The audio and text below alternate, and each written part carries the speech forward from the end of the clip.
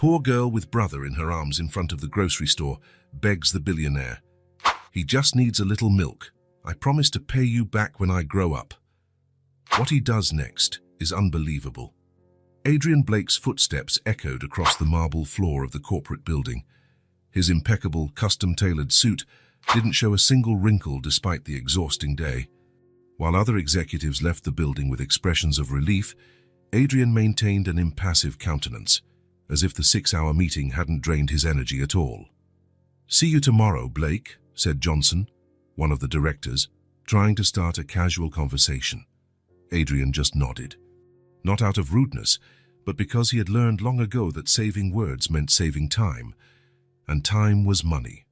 The sky was beginning to darken when he stepped out onto the street. A cold breeze blew between the skyscrapers, heralding the arrival of fall in Chicago. Adrian adjusted his coat and checked his watch. 10 minutes to 7. Normally, his driver would be waiting, but today he had dismissed the service. Something inside him called for a walk, a moment alone before returning to the silent mansion he called home. The city lights were beginning to turn on, creating a golden glow that contrasted with the growing shadows. Adrian decided to take a shortcut past the small corner market. Maybe he'd buy something to eat, although he knew he probably wouldn't have an appetite by the time he got home. That's when his eyes caught something unusual on the sidewalk near the market's entrance. A small girl, who couldn't have been more than 5, was sitting on a concrete step. Her brown hair fell in messy waves over her shoulders, and her dress, though clean, showed signs of long-term wear. But what really caught Adrian's attention was what she was holding, a baby wrapped in a faded blue blanket. Adrian slowed his pace, intrigued. The normal thing to do would be to keep walking. Other people's problems were not his responsibility. That's what he had always done, after all. But there was something about that scene that stopped him from simply ignoring it. The girl looked up as he approached. Her large brown eyes had a seriousness that didn't belong to a child her age. Adrian could see the tear stains on her cheeks, but she wasn't crying now. She looked determined, like an adult facing a complex problem. "Mister," she called out, her voice surprisingly firm for someone so small. Adrian stopped, hesitant. He wasn't used to interacting with children. In his 42 years, he had built a business empire, closed million-dollar deals, and faced ruthless competitors, but he never knew how to talk to a child. "Yes," he replied, keeping a safe distance. The girl hugged the baby tighter to her chest before speaking again. "He just needs a little milk." Her voice broke for a moment, but she swallowed hard and continued. "I promise to pay you back when I grow up." Those simple words hit Adrian like a punch to the gut. He, who was never shaken by anything, felt something strange stir in his chest. It wasn't pity. Adrian hated feeling pity. It was something deeper, more unsettling. The baby in the girl's arms stirred, making a small noise. He wasn't crying, just making weak sounds, as if he had already given up on protesting. "Where's your mother?" Adrian asked, looking around, hoping to see an adult approaching. "She's waiting," the girl answered, and without elaborating. "I told her I would get milk for Tommy." Adrian took a deep breath. The city was full of scammers, adults who used children to elicit sympathy and get money, but something in that little girl's eyes didn't seem rehearsed. There was a dignity in those small eyes, a strength that intrigued him.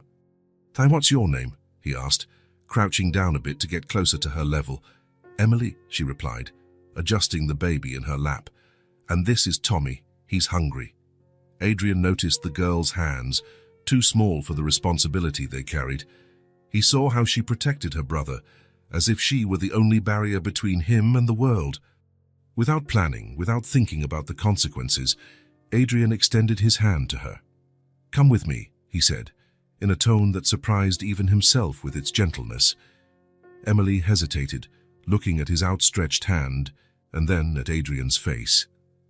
In that brief moment, Adrian saw something he didn't expect. It wasn't just distrust, but also assessment. The girl was judging him, deciding if he was trustworthy. "I'm going to buy milk for your brother," Adrian explained, keeping his hand extended. "In the market, right there." Emily looked in the direction he pointed, and then, carefully, she stood up. She didn't take his hand, but she got to her feet, holding the baby firmly. "Okay," she said seriously, "but I'll be keeping an eye on you." An involuntary smile appeared on Adrian's face. The courage of that child was something rare. He gestured the way, and Emily followed him, maintaining a cautious distance. Inside the market, the fluorescent lights created an environment completely different from the twilight of the street. Adrian grabbed a basket and walked through the aisles, conscious of the small steps behind him. Emily watched everything in silence, her eyes registering every detail, as if she wanted to memorize the place. "What kind of milk does your brother drink?" Adrian asked, stopping in front of the dairy section. Emily pointed to a bottle of milk. "That one. Mommy said it's good for babies." Adrian took a bottle of milk, placing it in the basket. Then, without asking, he added fresh bread, a few packages of cookies, fruit, and a bottle of juice. Emily followed him, her eyes widening with each item he added. "Is all of this for us?" she finally asked, her voice betraying her surprise. Adrian nodded, without looking at her. "Yes, you need more than just milk." At the checkout, the cashier looked curiously at Adrian and then at Emily. Her gaze held an unasked question, but Adrian ignored it, paying in cash and asking for everything to be put in a sturdy bag. When they left the market, night had completely fallen. Adrian handed the bag to Emily, who took it with her free hand, still holding the baby with the other. "Thank you," she said, and then she smiled. It was a small, shy smile that lit up her face for just a second before disappearing. But it was enough to have a strange effect on Adrian. Something inside him shifted, like a rusty door being opened after years of being locked. "Are you going to be able to carry all of that?" he asked, looking at the bag and the baby. Emily nodded, determined. "I can. I've carried heavier things." That statement, said so naturally, made Adrian feel a pang of... what? It wasn't quite sadness. It was something more complex, a feeling he couldn't name. "Are you sure you don't want me to walk with you?" he offered, surprising himself again. Emily shook her head. "No need. My mum is waiting. It's not far." She took a few steps back, as if ready to leave, but then she stopped and looked directly at Adrian. "You're a good person," she declared with the brutal simplicity that only children possess. "I'll pay you back one day, I promise." Before Adrian could reply, she turned and started walking, adjusting the baby and the bag with a skill that spoke of practice. Adrian stood still, watching the small figure walk away until she turned a corner and disappeared. For a moment, he remained motionless, as if processing what had just happened. Then, without consciously planning it, he started walking in the same direction Emily had taken. He wasn't following her, he told himself. He just needed to make sure she got there safely. Keeping a discreet distance, Adrian turned the corner and saw Emily walking with determined steps down the dark sidewalk. She didn't seem afraid, despite the time and the area. Adrian followed her, always keeping his distance, entering streets that were progressively less lit and more empty. Finally, Emily reached a small, neglected park, crossing it until she came to a bridge over an urban stream. There, under the partial shelter of the structure, Adrian saw a woman sitting on some old blankets. Her hair, the same color as Emily's, was tied in a makeshift bun. Despite the circumstances, there was something dignified in her posture. Emily ran the last few feet, and the woman, who could only be her mother, lifted her face. Even from a distance, Adrian could see the relief in her eyes when she saw her children. "Mommy, look," Emily exclaimed, placing the bag on the ground. "I got milk for Tommy and other things too."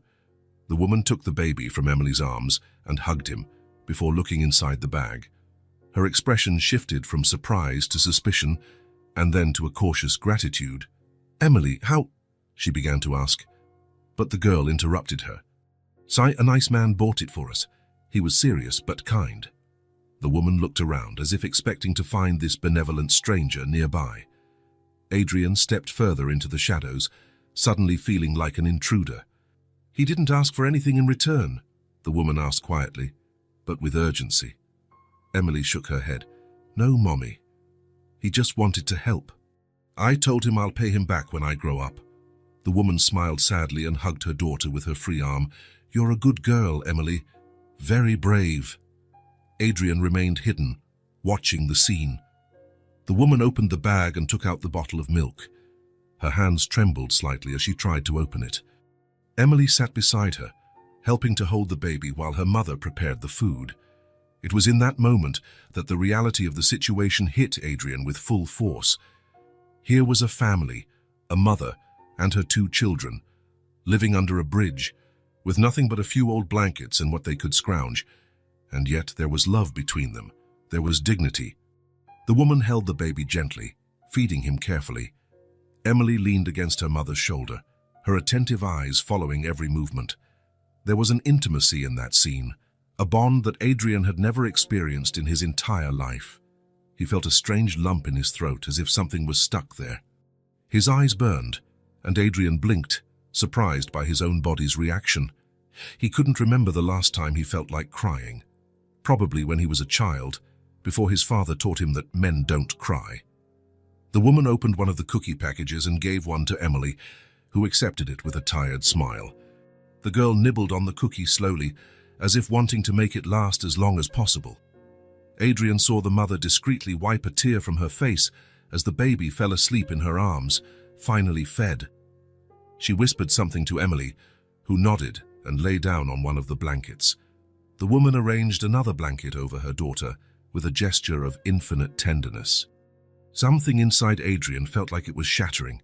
His whole life, he had prided himself on his strength, his ability to remain unshaken.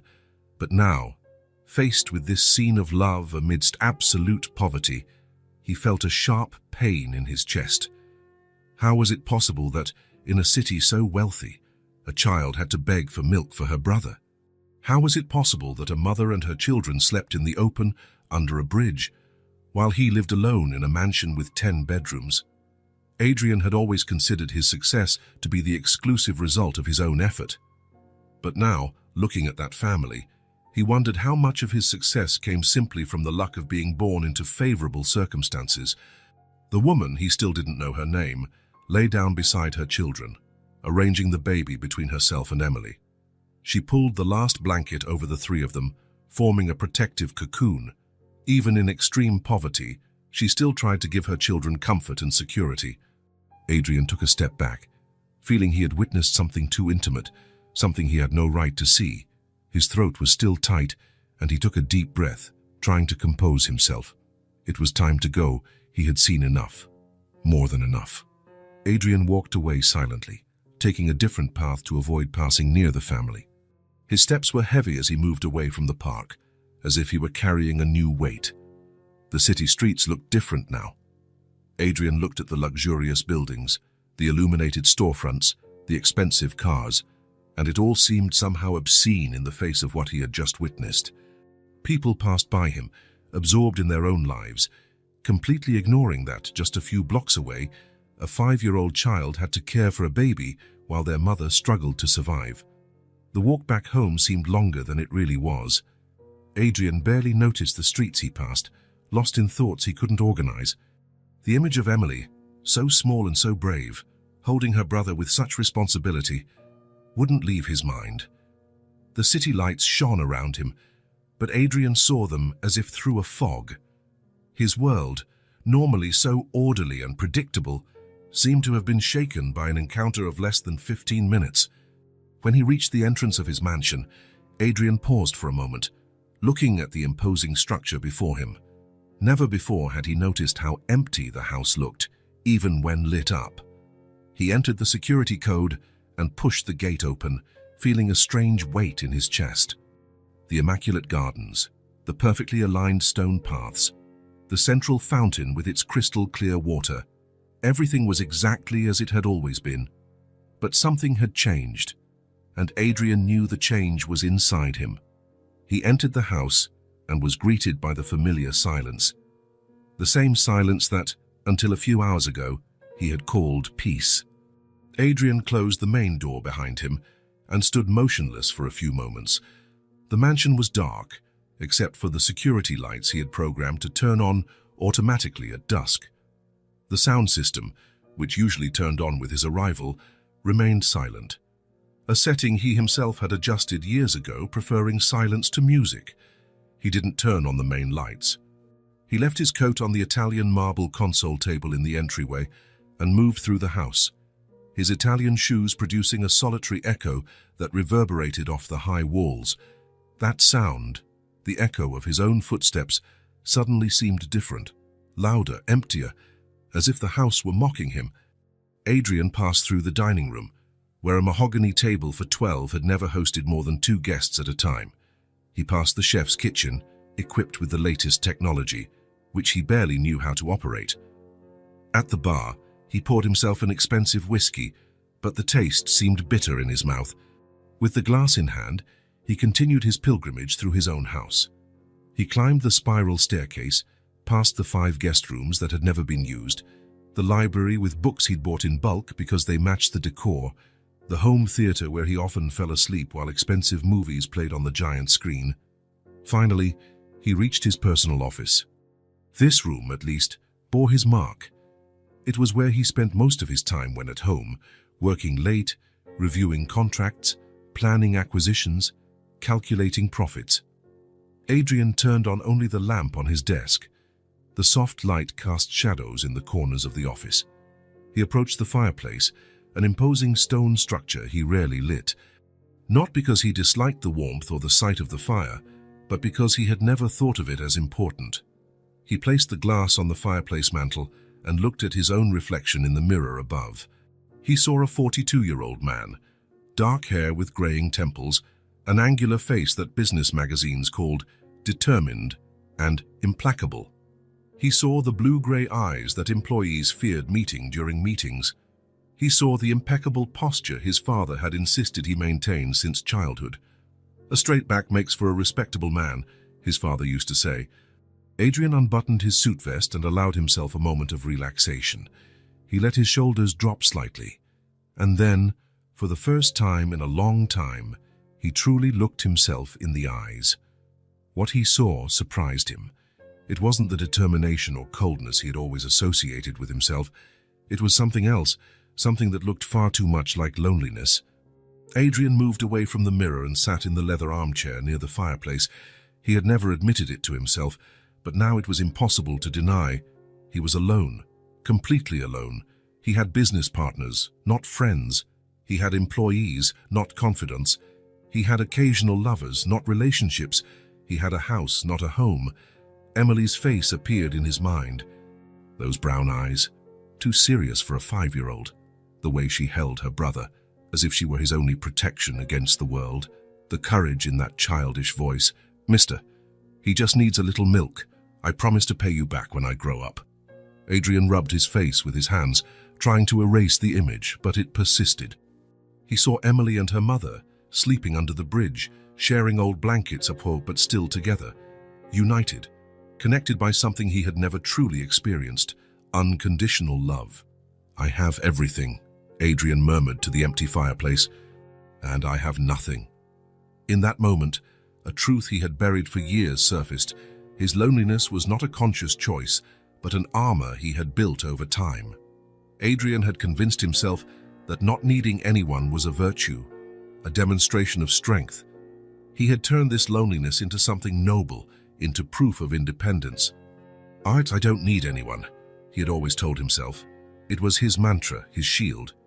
But now, sitting alone in his perfect, empty mansion, Adrian realized the lie he had been telling himself for so long. It wasn't strength, it was fear. Fear of opening up, of becoming vulnerable, of needing someone and perhaps being rejected or abandoned. The silence of the house weighed on him like never before. Each tick-tock of the antique clock in the corner seemed to accuse.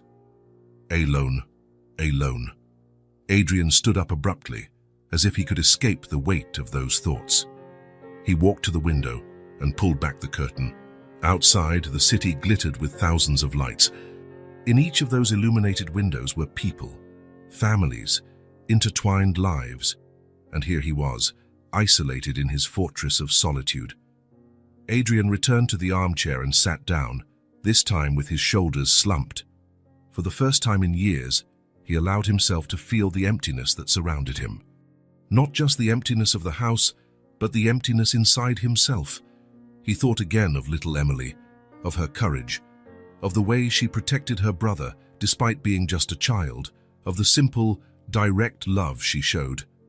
"I don't want this anymore," he said aloud, surprising himself with his own words. Adrian stood up and looked once more at his reflection in the mirror. The mask of coldness and control had fallen away, revealing the lonely man behind it. "I don't want to live like this anymore," he stated, this time with more conviction. That night, for the first time in many years, Adrian Blake admitted to himself that he was tired of his perfect, empty life.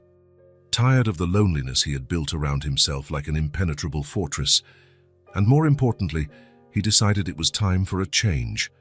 Adrian woke up before his alarm. For a few seconds, he lay still, staring at the white ceiling of his bedroom. The decision he had made the night before was still firm in his mind.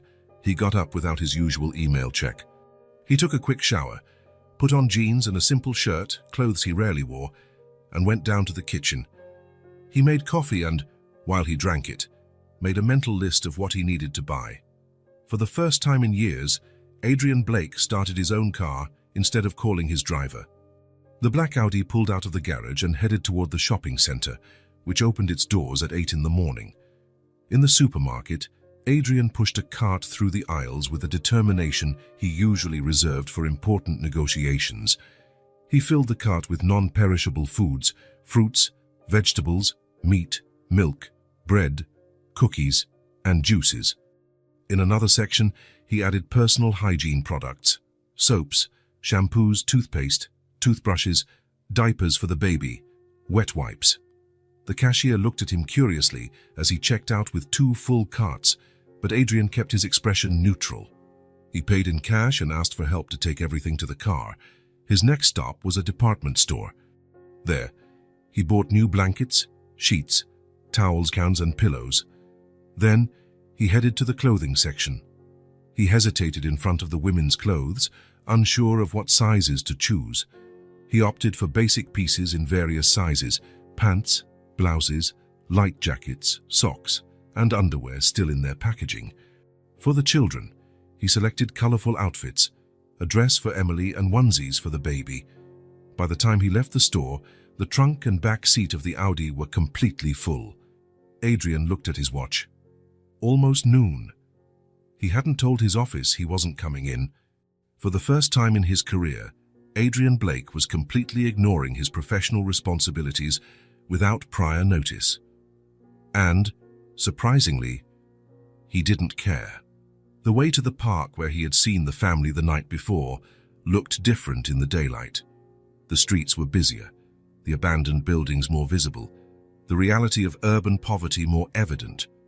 Adrian parked the car at the entrance to the park and looked around, trying to remember the exact path to the bridge. He walked slowly, carrying 2 heavy bags, the first of many he would have to retrieve from the car.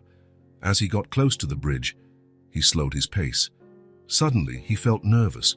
What if they weren't there anymore? What if they had left, found another place?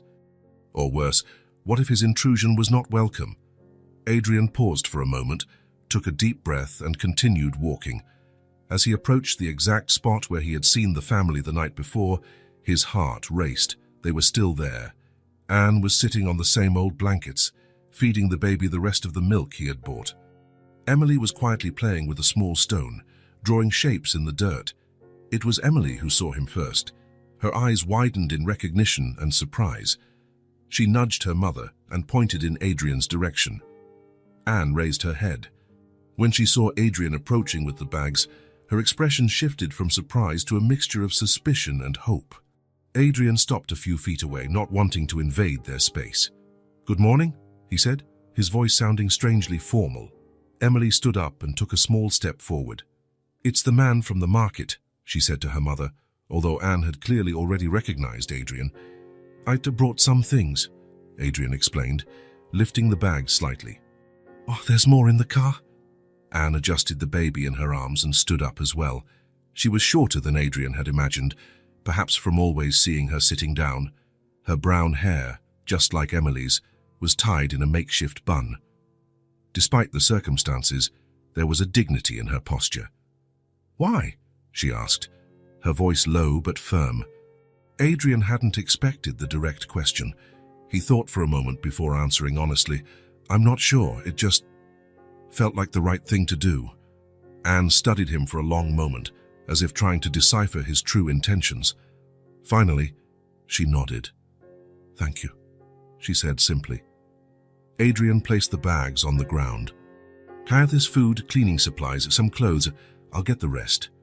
Before Anne could answer, Emily approached the bags and looked at Adrian with the same serious eyes from the night before. "You came back," she stated, as if it was something extraordinary. "Yes," Adrian replied, feeling something strange in his chest as he looked at the child. "I came back. I told Mommy you were a good person." Adrian didn't know how to respond to that. He mumbled something about getting the rest of the things and walked back to the car. He made 3 more trips, bringing all the bags. With each return, he found Emily and Anne carefully examining the contents of the previous bags, their faces showing a mix of relief and disbelief. When he finished bringing everything, Adrian stood there, unsure of what to do next. Part of him wanted to leave immediately. He had done his good deed, he had helped. But another part, a part he barely recognized, wanted to stay. Anne approached him, still holding the baby. Her face showed embarrassment, but also genuine gratitude. "I don't know how to thank you," she said, her voice almost a whisper. No one has ever done something like this for us." Adrian felt a lump in his throat. "You don't have to thank me." "Yes, I do," Anne insisted. "My name is Anne Miller. This is Emily, and the baby is Thomas. Adrian Blake," he introduced himself, extending his hand in a formal gesture that felt strange given the circumstances. Anne hesitated for a moment before briefly shaking his hand. Her touch was light, but Adrian noticed the calluses on her fingertips, hands that knew hard work. I should go," Adrian said, suddenly uncomfortable with the intensity of the gratitude in Anne's eyes. "Of course," she replied quickly, taking a step back. "You've already done much more than—" "Aren't you staying?" Emily interrupted, sounding disappointed. Adrian looked at the girl, at her hopeful eyes, and felt something inside him break. How could he explain to a child that he didn't belong here, that his life was completely different, that he was a lonely man who barely knew how to interact with other people, let alone a family in need? "I can't right now," he finally replied, "but I'll come back to see how you are." He hadn't planned on saying that. The words just came out. Emily smiled, a smile that lit up her small face and made Adrian feel that strange pressure in his chest again. "Promise?" she asked. "Emily," Anne gently chided, "we can't ask Mr. Blake for anything more. He's already been too generous." Adrian looked from Anne to Emily, and then to the baby in his mother's arms. He took a deep breath. "I promise," he said, surprising himself again. He said goodbye with an awkward wave and walked back to his car. The entire way, he felt Emily's eyes following him. When he got into the Audi and started the engine, he looked in the rearview mirror. Emily was still there, a small figure by the bridge, watching him. Adrian drove aimlessly for the next few hours, trying to understand what was happening to him. Why did he care so much about this family? Why did the sight of a mother and 2 children living under a bridge affect him so deeply? And why had he promised to come back? That night, lying in his king-size bed, Adrian couldn't sleep. The image of Emily, Anne, and little Thomas wouldn't leave his mind. The contrast between his empty mansion and that family's situation was so stark, it was almost obscene. The next day, Adrian went to the office but couldn't concentrate. He cancelled 2 meetings and spent most of the time looking out the window, lost in thought. At 3 in the afternoon, he grabbed his coat and left, ignoring his secretary's surprised look. He stopped at a coffee shop and bought sandwiches, coffee, and hot chocolate. Then, he drove straight to the park. Anne was alone when he arrived. She was sitting on the blankets, mending what looked like one of Emily's dresses. The baby slept beside her, wrapped in one of the new blankets Adrian had brought. She looked up when she heard his approaching footsteps. Her eyes showed surprise, as if she didn't really believe he would return. "Where's Emily?" Adrian asked, stopping a few feet away. "She went to get water from the park fountain," Anne replied, setting the dress aside and standing up. "She should be back soon." Adrian held up the bag with the sandwiches. "I brought something for you to eat." Anne accepted the bag with a silent thank you. Adrian noticed that she had organized all the things he had brought the day before. The bags were neatly stacked, and she had clearly chosen some clothes for herself and the children, storing the rest. There was something about the dignity with which Anne faced her situation that touched Adrian deeply. He knelt down, bringing himself to her level, and before he could think better of it, he asked, "Why are you here?" The question came out more directly than he intended, and for a moment Adrian feared he had offended Anne. But she just took a deep breath, as if preparing to tell a story she had told herself many times. "My husband left us," she began, her voice calm but filled with a restrained pain. "He met another woman at work. Younger, no children. One day he just didn't come home." Adrian nodded, keeping his eyes fixed on her, giving her space to continue. "I found out he had racked up debts, a lot of debt, credit cards, loans, all in my name too. I was working part-time at a store, but it wasn't enough to pay the bills and take care of the children." She glanced briefly at the sleeping baby before continuing. "When Thomas was born, I had complications. I was in the hospital for a week. I lost my job. I tried to find another one, but with a newborn. The bills piled up. We were evicted 3 weeks ago." Adrian felt a growing anger towards the man who had abandoned his family in such a way, an anger that surprised him with its intensity. "You don't have any family who can help? Friends?" he asked. Anne shook her head. "My parents passed away years ago. I have a sister out west, but we haven't spoken in a long time. And friends, well, people drift away when you start having problems." At that moment, Emily returned, carrying a plastic bottle full of water. Her face lit up when she saw Adrian. "You came back," she exclaimed, running to him. "You promised and you really came back." The girl's joy was so genuine, so pure, that Adrian felt that pressure in his chest again. Without thinking, he reached out and lightly touched Emily's hair. "I promised," he said simply. Emily sat next to her mother, looking eagerly at the bag of food. Anne opened one of the sandwiches and broke it in half, giving one piece to her daughter. Adrian watched as they ate, noticing how Anne took small bites, as if trying to make the food last longer. An idea that had been forming in his mind since the night before grew into a certainty. It was an absurd, impulsive idea, completely out of character for him.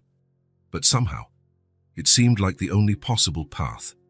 Adrian took a deep breath, surprised by what he was about to say, but at the same time, absolutely sure of his decision. "I have a big house," he began, the words coming out with a naturalness that surprised him. "I need help. You can live there." Anne froze, the sandwich halfway to her mouth. Her eyes widened in shock. What?" she whispered. "My house is too big for one person," Adrian continued, the idea solidifying as he spoke. "There are empty rooms, extra space. You could help take care of the house, and in return, you would have a place to stay." Anne slowly lowered the sandwich, her face a mask of disbelief and caution. You barely know us," she said, her voice trembling. "I know," Adrian admitted, "and you barely know me.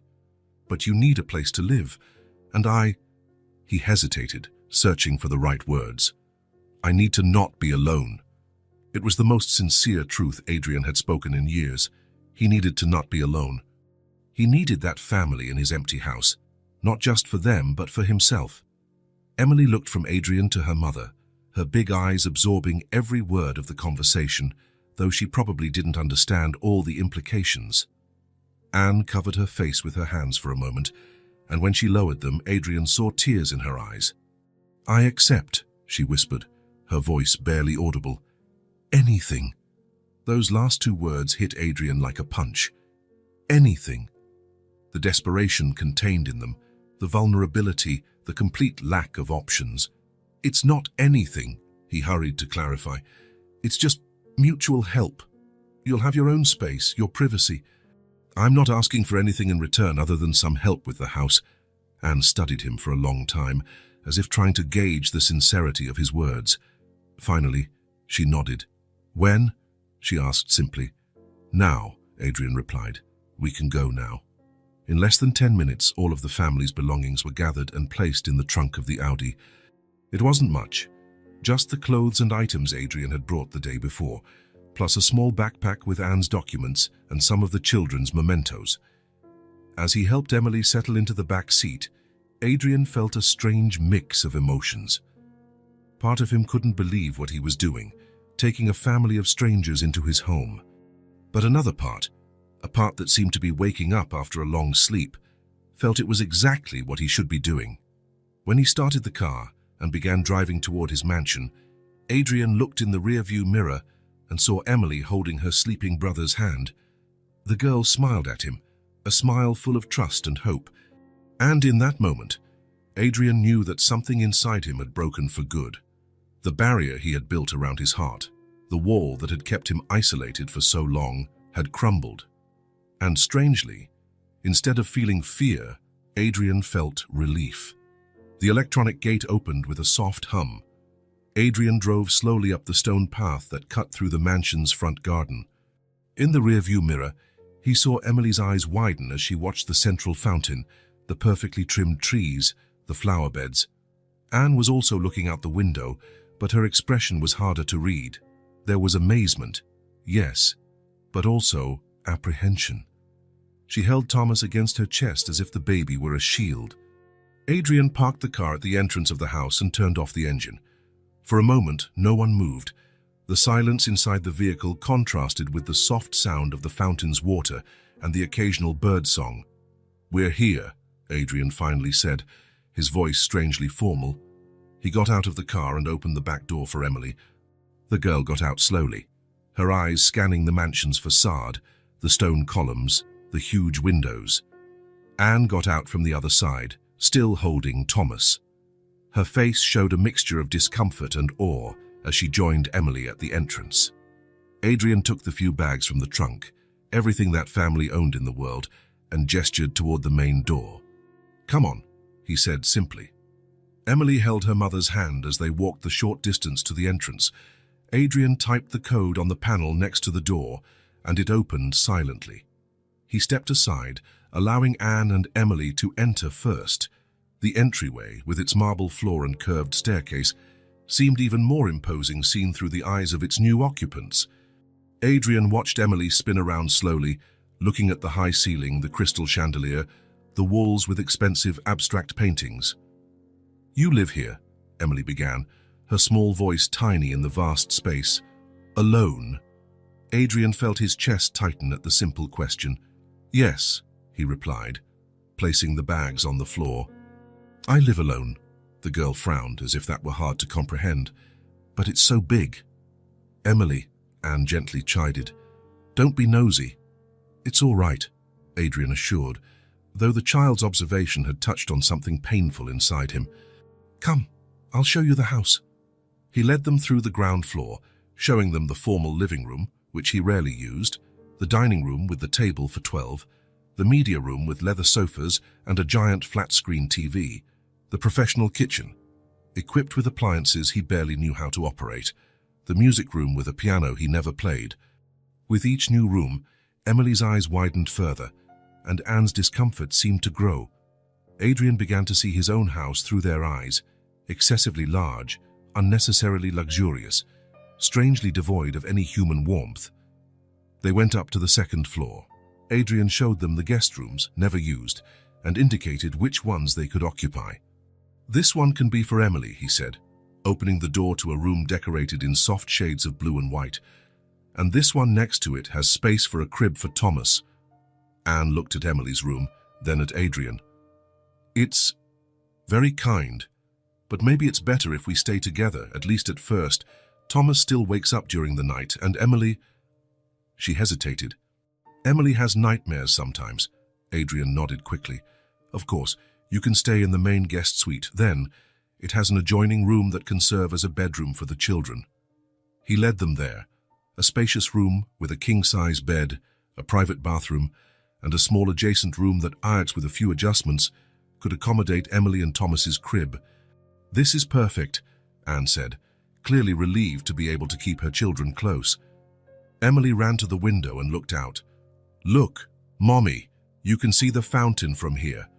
Adrian watched the girl, her childish excitement contrasting with the seriousness she had shown in the previous days. It was as if, Now safe, she could finally just be a child. "So we need to buy a crib for Thomas," Adrian commented, "and maybe some things to make the room more comfortable for you."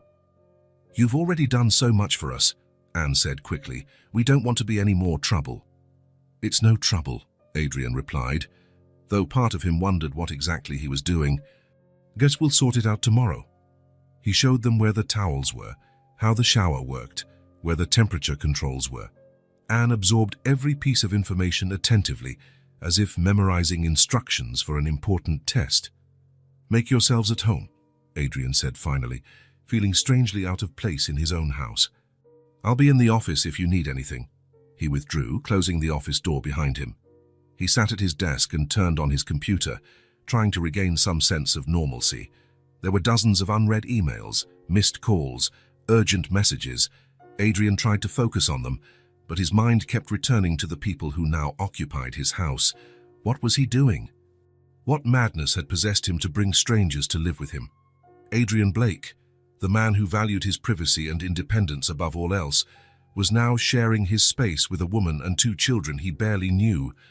He spent the next few hours immersed in work, trying to ignore the occasional sounds coming from the rest of the house. Soft footsteps in the hallway, Anne's low voice talking to Emily, the distant cry of the baby. When he finally left the office, it was past 9 at night. The house was silent. Adrian walked to the kitchen and found everything impeccably clean. On the table, covered by a dish towel, was a plate of simple sandwiches.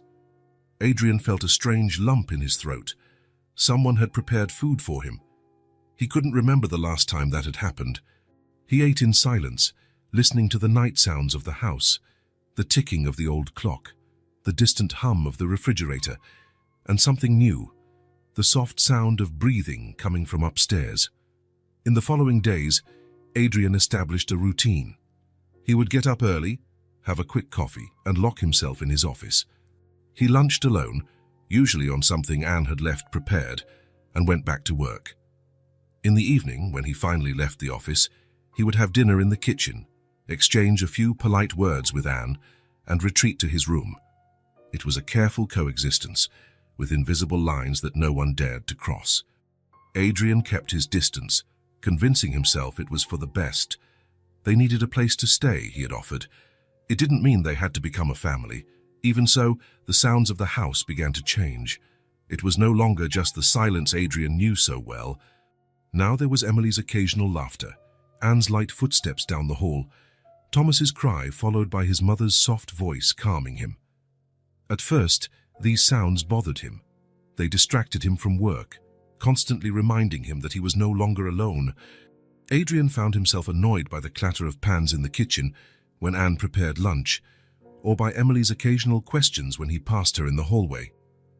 On the 4th day, Adrian was sitting in his office when he heard a soft knock on the door. It was the first time anyone had knocked. Anne had always been careful not to disturb his space. "Sir, come in," he said, surprised. The door opened slowly, and Emily poked her head in. Her hair was in a simple braid, probably done by Anne. "Mr. Adrian," she called, her voice small. Adrian sat up straighter in his chair. "Yes, Emily." "Mommy said I shouldn't bother you, but—" She hesitated, biting her lip. "I was wondering if I could borrow a book from your shelf. There are so many beautiful books." Adrian looked at the bookshelf behind him. Business books, biographies, some classics he had bought but never read. There was nothing specifically for children there. "Of course," he replied. Not sure if there was anything appropriate for a 5-year-old. Emily cautiously entered the office, as if stepping into sacred territory. She approached the bookshelf and looked at the titles, tilting her head to read the spines. "You can read already?" Adrian asked, genuinely curious. Emily nodded. "Some words. Mommy was teaching me before—" She paused, as if she had remembered something sad. "Before we came here." Adrian felt that strange pressure in his chest again. "Maybe we can buy some children's books for you tomorrow." Emily's face lit up. "Really? Real books? Just for me?"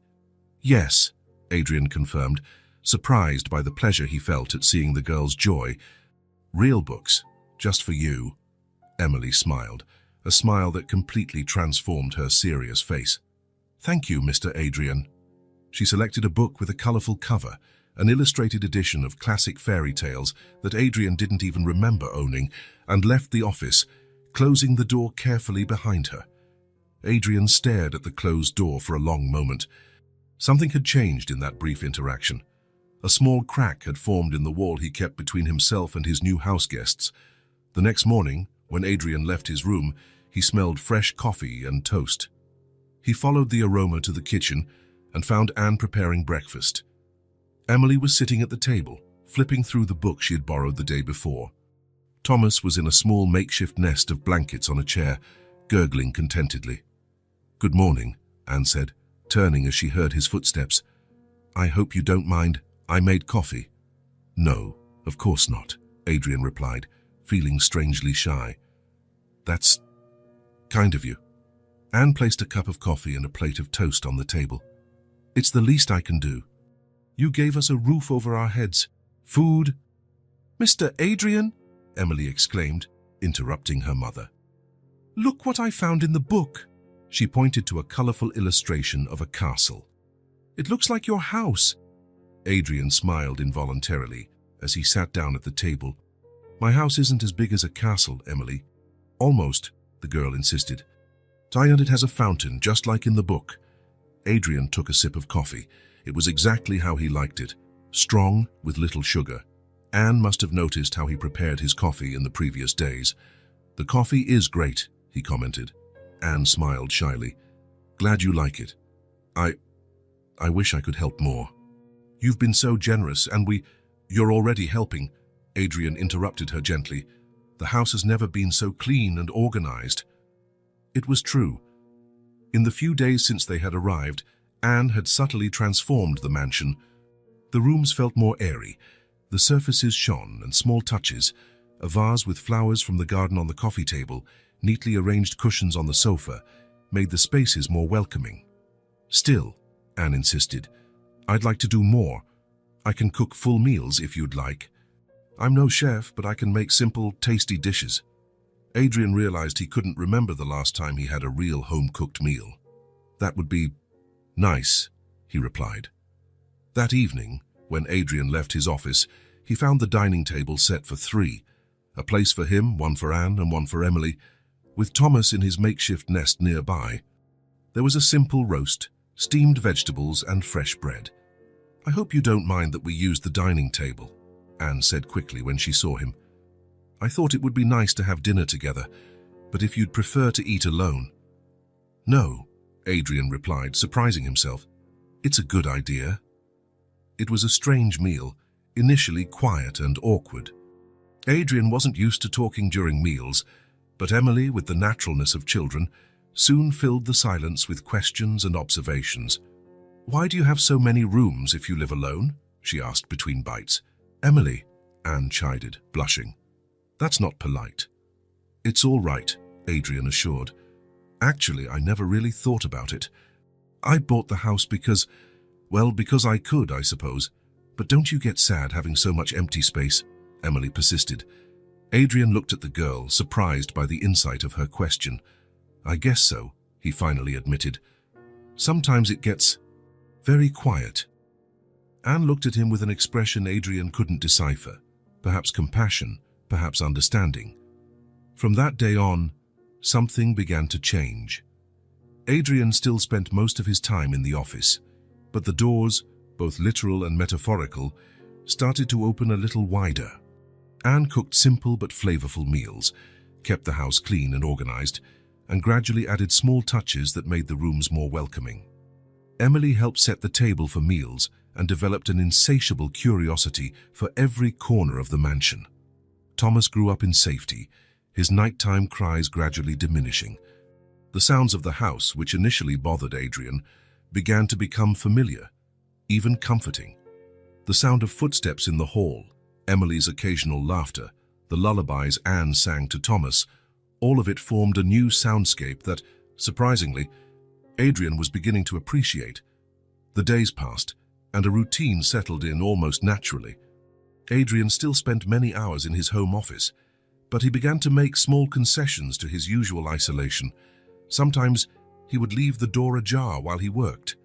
Other times, he would come out for a coffee in the mid-afternoon and find Emily reading in the living room, or Anne folding clothes. In the mornings, Adrian would leave early to go to the company. It was something he had done for years, without a second thought. But now, as he picked up his car keys, he felt a strange reluctance to leave the house. "I'll be back in the late afternoon," he would tell Anne before leaving. Emily, who was usually already awake, would watch him from the stairs or the hallway. "See you later, mister." "Adrian Vargas," she would say in her small voice. During the day, while dealing with important meetings and decisions, Adrian would find himself thinking about the house, not the physical structure, but the people who now inhabited it. And when the workday ended, instead of extending his work or accepting invitations for business dinners as he used to, he would hurry to get back. The feeling that greeted him when he opened the door was completely new. There was light, movement, the smell of food being prepared. There was life. When he finally got home, sometimes late at night, he expected to find everything dark and silent. Instead, there was often a light on in the kitchen. Anne would be there, making tea or organizing something for the next day. "So I thought you'd be asleep by now," Adrian commented one night, placing his briefcase on the counter. "I thought you might want something to eat after a long day," she explained, turning to him. "I saved some of the dinner." Adrian accepted the plate she offered, feeling a warmth that didn't just come from the food. Thank you," he said, and then, after a moment's hesitation, "It's good to be back." And to his surprise, it was true. The house that had always been just a place to sleep now felt different. It felt alive. And for the first time in many years, Adrian Blake felt like he was coming home, not just to an empty mansion.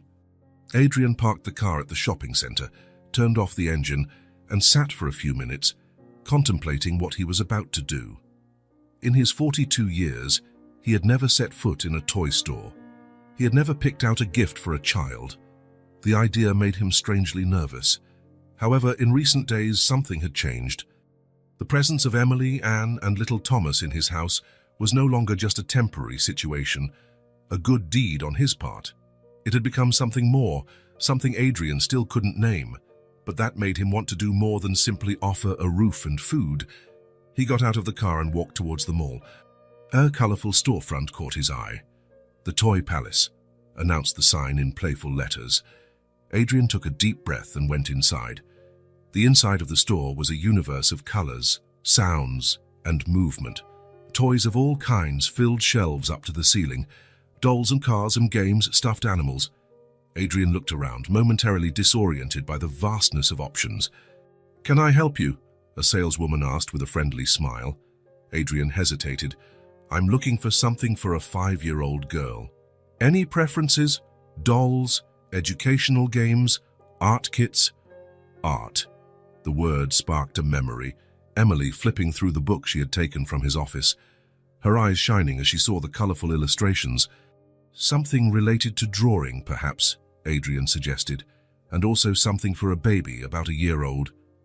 The saleswoman nodded and guided him through the store, showing him options.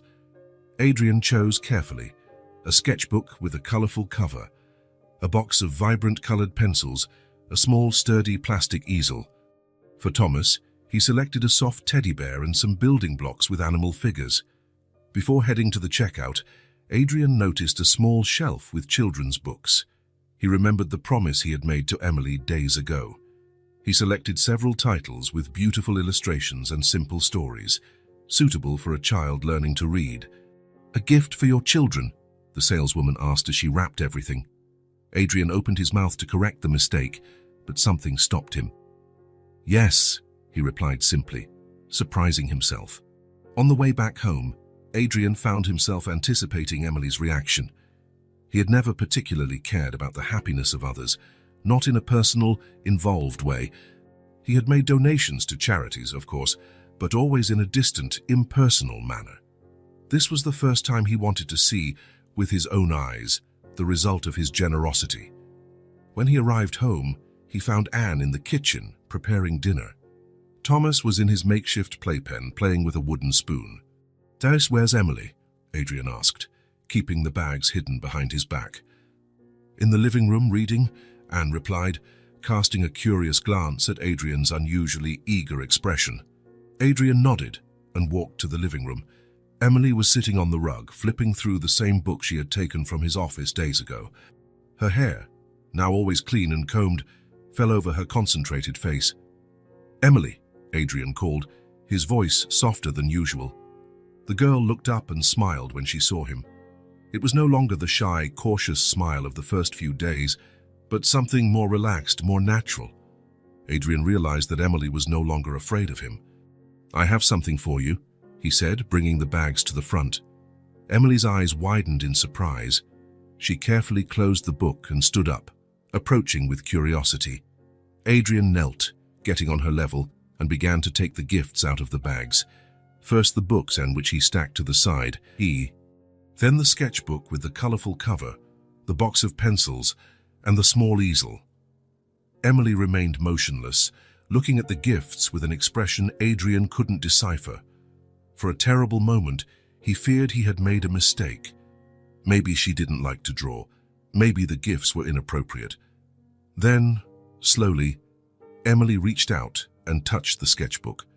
Her small fingers slid over the colorful cover, feeling the texture. She opened it carefully, as if it was something fragile and precious, and flipped through the blank pages.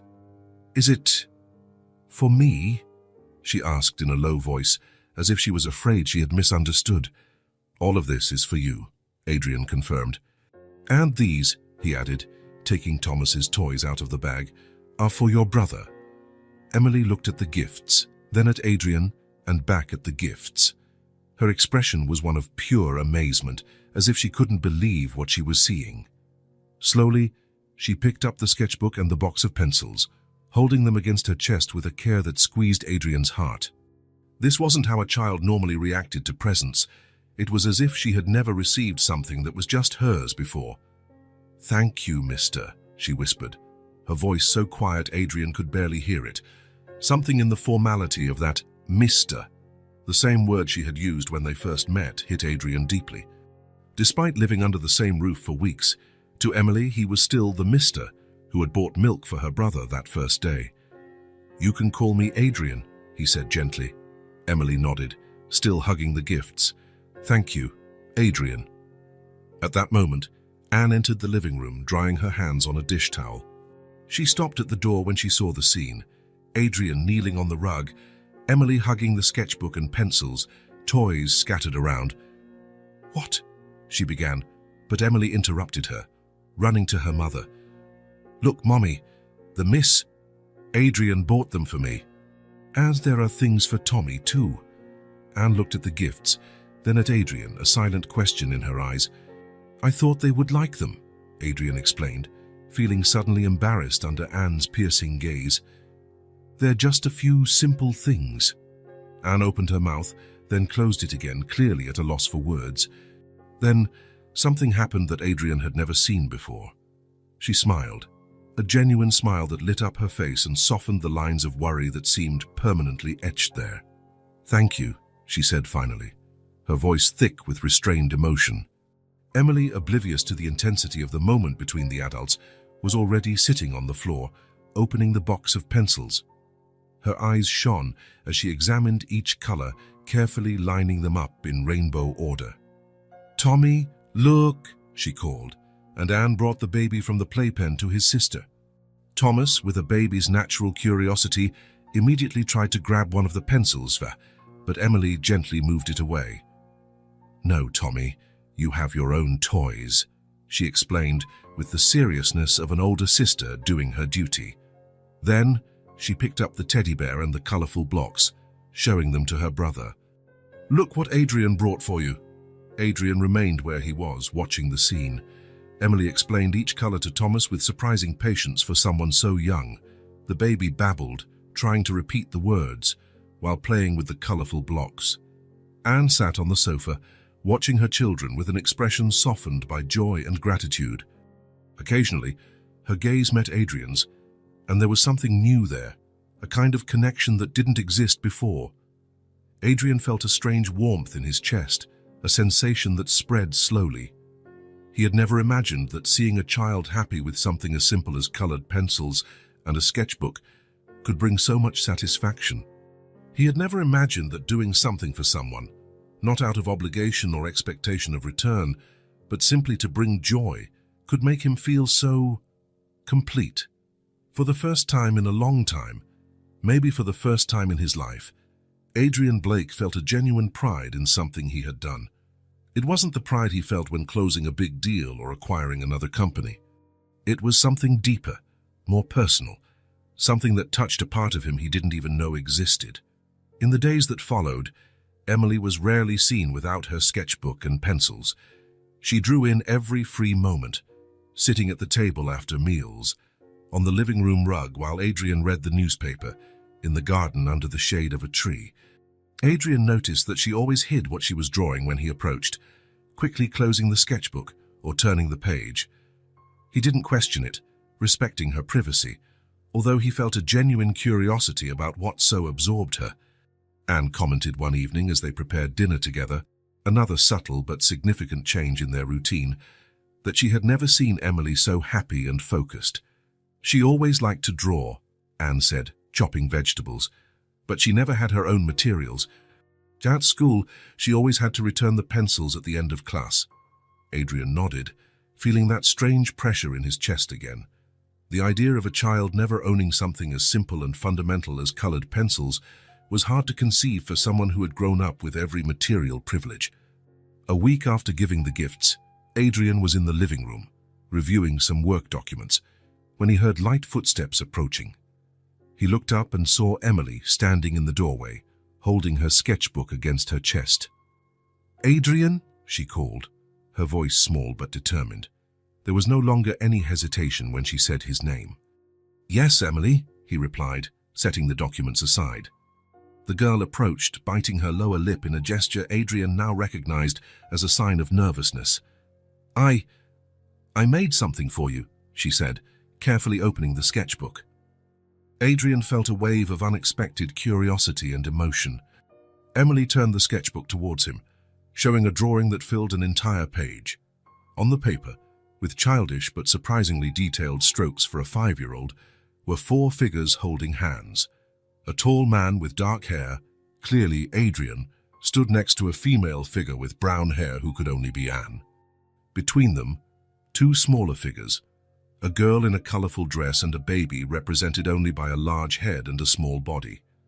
Everyone was smiling, with big smiles drawn in semicircles. Above them, a bright yellow sun, and in the background, a house that vaguely resembled Adrian's mansion, with many windows and a fountain in front. Is that us?" Adrian asked, his voice strangely hoarse. Emily nodded, watching his reaction closely.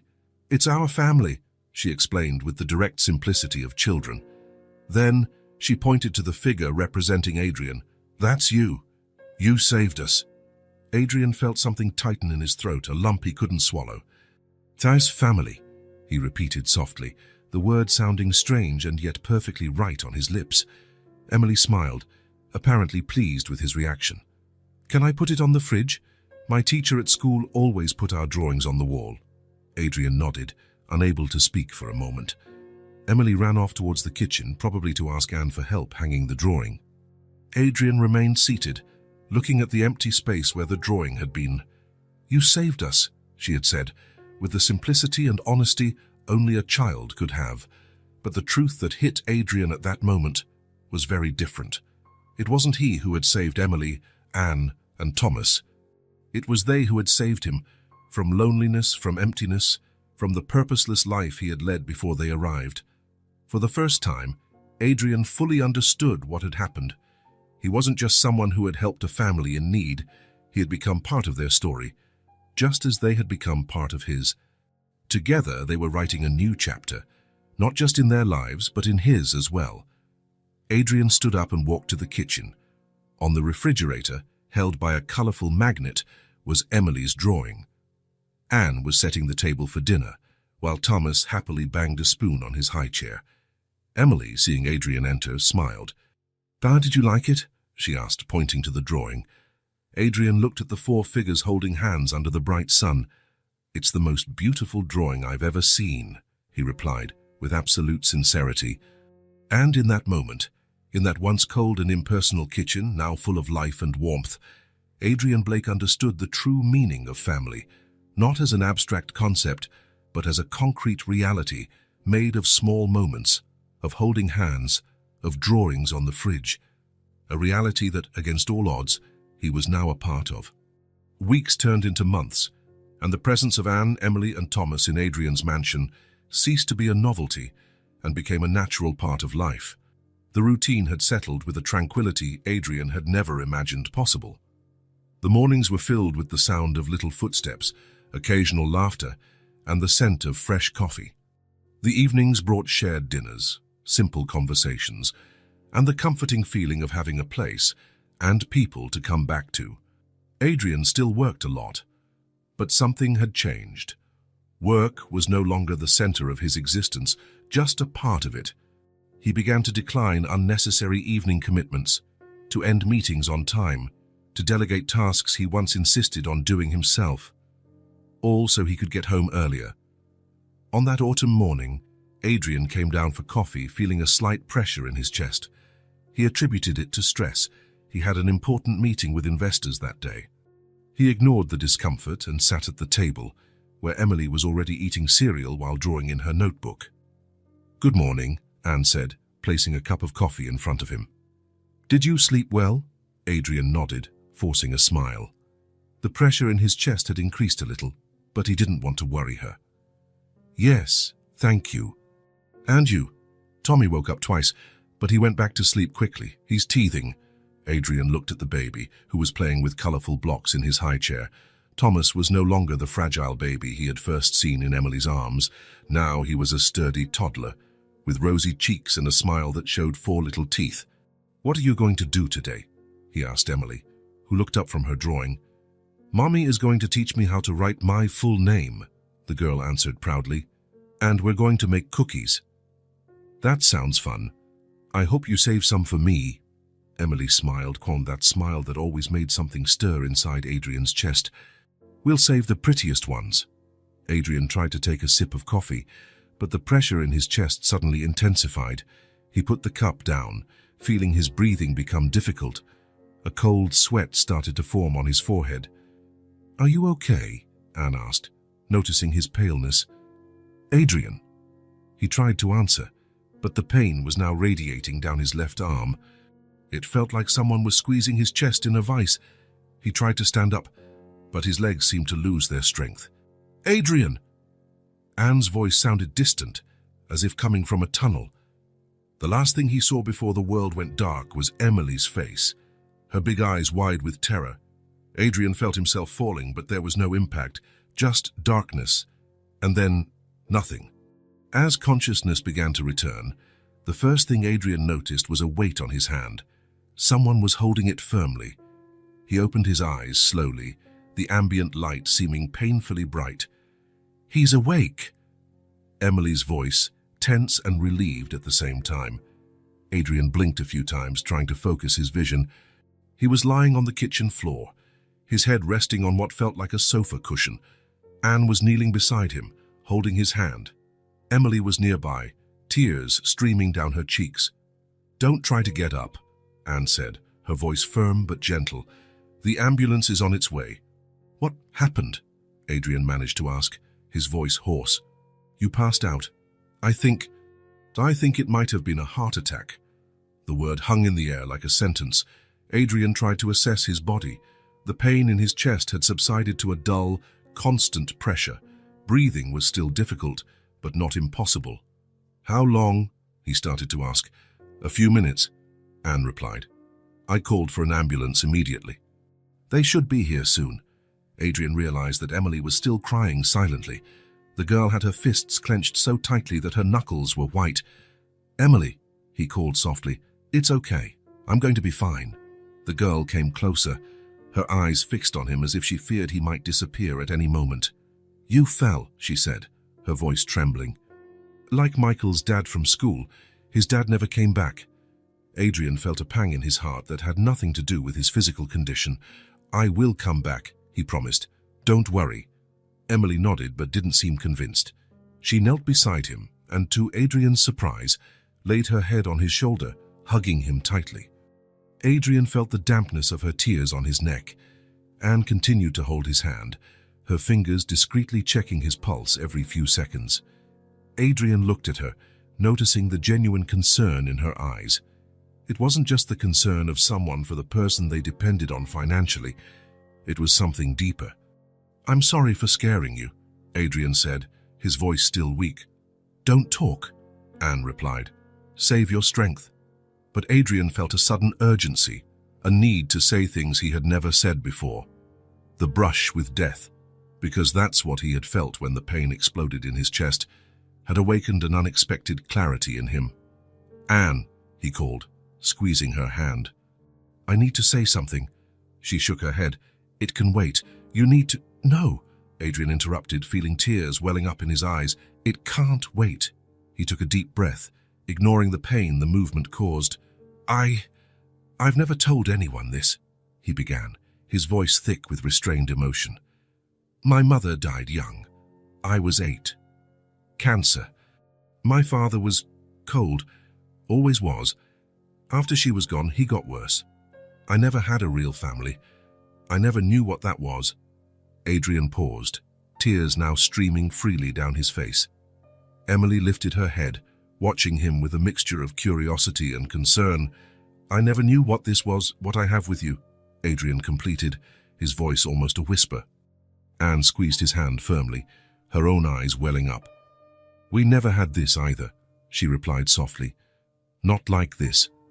Adrian closed his eyes, letting the tears fall without embarrassment.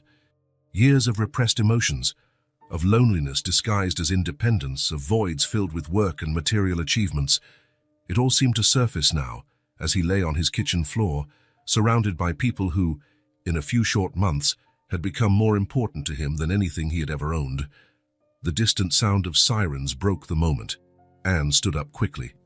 "They're here," she said, heading to the door. "Emily, stay with Adrian. I'll show the paramedics the way." Emily nodded seriously, as if she had been given a mission of the utmost importance. She sat beside Adrian, holding his hand as she had seen her mother do. "Don't be scared," the girl said, repeating words Adrian suspected Anne used to comfort her. "The doctors will take care of you." Adrian smiled faintly, touched by the role reversal. "I know," he replied, "and so will you." The next few minutes were a blur of activity. Paramedics came in, asked questions, took his blood pressure and heart rate, and placed him on a stretcher. Anne answered their questions calmly and precisely, as if she had trained for this. "Son, I want to go with him," Emily insisted as they started to wheel Adrian to the ambulance. "That's not possible, sweetie," Anne explained, kneeling to be at her daughter's level. "But we'll meet him at the hospital as soon as we drop Tommy off with the neighbor." Emily reluctantly agreed, but ran to the stretcher before Adrian was loaded into the ambulance. "Come home," she pleaded, her large, serious eyes fixed on him. "Promise." Adrian felt his heart, that heart he now knew was fragile, clench at the intensity of her request. "I promise," he replied, and it was a promise he intended to keep at all costs. The days in the hospital passed slowly. Tests confirmed a mild heart attack caused by a partially blocked artery. The doctors talked about stress, diet, moderate exercise, regular medication. Adrian listened with unusual attention, asking questions he never would have thought to ask before. It wasn't just his life at stake now. There were people who depended on him, who were waiting for him. Anne and Emily visited him every day. Anne brought home-cooked food, ignoring Adrian's weak protests that the hospital provided meals. Emily brought new drawings, which soon covered the wall next to his hospital bed. Thomas, who couldn't enter the ICU, sent kisses via his sister, who delivered them solemnly, making Adrian smile even in his most uncomfortable moments. On the 4th day, the doctors finally discharged him. Adrian was paler, thinner, but his eyes had a different shine, the shine of someone who had been given a second chance and was determined not to waste it. Anne came to pick him up, bringing clean clothes and the attentive care that had characterized her days at the hospital. On the way home, she drove with extra caution, casting frequent glances at Adrian in the passenger seat. "Thank you," Adrian said at one point, breaking the comfortable silence that had settled between them. Anne glanced at him quickly. For what? For everything. For taking care of me. For bringing Emily. For being there. Anne smiled. That rare smile Adrian had learned to cherish. It's what families do, she replied simply. Families. The word still sounded strange, but more and more right. When they arrived at the mansion, Adrian felt an unexpected emotion upon seeing the familiar facade. He had never before felt this sense of return, this relief at coming home. It had always been just a place to sleep and work. Now it was so much more. Anne helped him inside, ignoring his protests that he could walk on his own. In the entryway, Adrian stopped, surprised by what he saw. A colorful, clearly handmade banner stretched across the living room doorway. "Welcome home, Adrian." The letters were uneven, some uppercase mixed with lowercase, and there were drawings of hearts and stars all over it. Emily's work, no doubt. She worked on it for 2 days, Anne commented, noticing his gaze. She wanted it to be perfect for your return. Adrian felt a lump in his throat. "It is perfect," he managed to say. Anne led him to the living room, where an even bigger surprise awaited him. Adrian's favorite armchair had been prepared with extra cushions and a soft blanket. Beside it, on a small table, was a tray with hot tea. The doctor's prescribed medications carefully arranged, and a small vase with flowers from the garden. Thomas slept peacefully in his portable playpen in the corner of the room, his peaceful sleep a contrast to the turmoil of the past few days. And on the rug next to the armchair was Emily. Sitting cross-legged, she hugged the sketchbook Adrian had given her months ago. When he entered, she looked up but didn't stand, didn't run to him as Adrian had half expected. Instead, she just watched him in silence, her big eyes examining him carefully, as if to make sure he was really okay.